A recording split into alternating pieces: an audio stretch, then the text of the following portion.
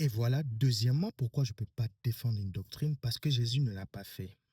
Regardez dans les évangiles, vous allez vous rendre compte que Jésus a exercé son ministère autour des oppositions. Et les oppositions de Jésus venaient pas du peuple ou encore des Juifs de façon, des Israélites de façon générale, mais cela venait de groupes ou encore de partis religieux, tous qui étaient issus du judaïsme, mais qui s'étaient divergés dans le temps à cause des convictions, des interprétations doctrinales, pastorales.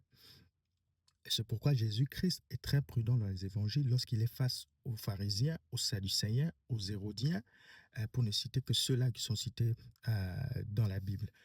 Et Jésus a agi de façon très sage pour ne pas prendre parti de ces groupes religieux, avec raison, parce qu'on ne va pas dire que tous avaient tort, mais on ne peut pas affirmer aussi que tous avaient raison, parce que Jésus savait que le problème, ce n'était pas leur interprétation. Non, le problème, c'était de le rencontrer, lui, Jésus, pour avoir la vie. Parce que, regardez, tous avaient la Torah.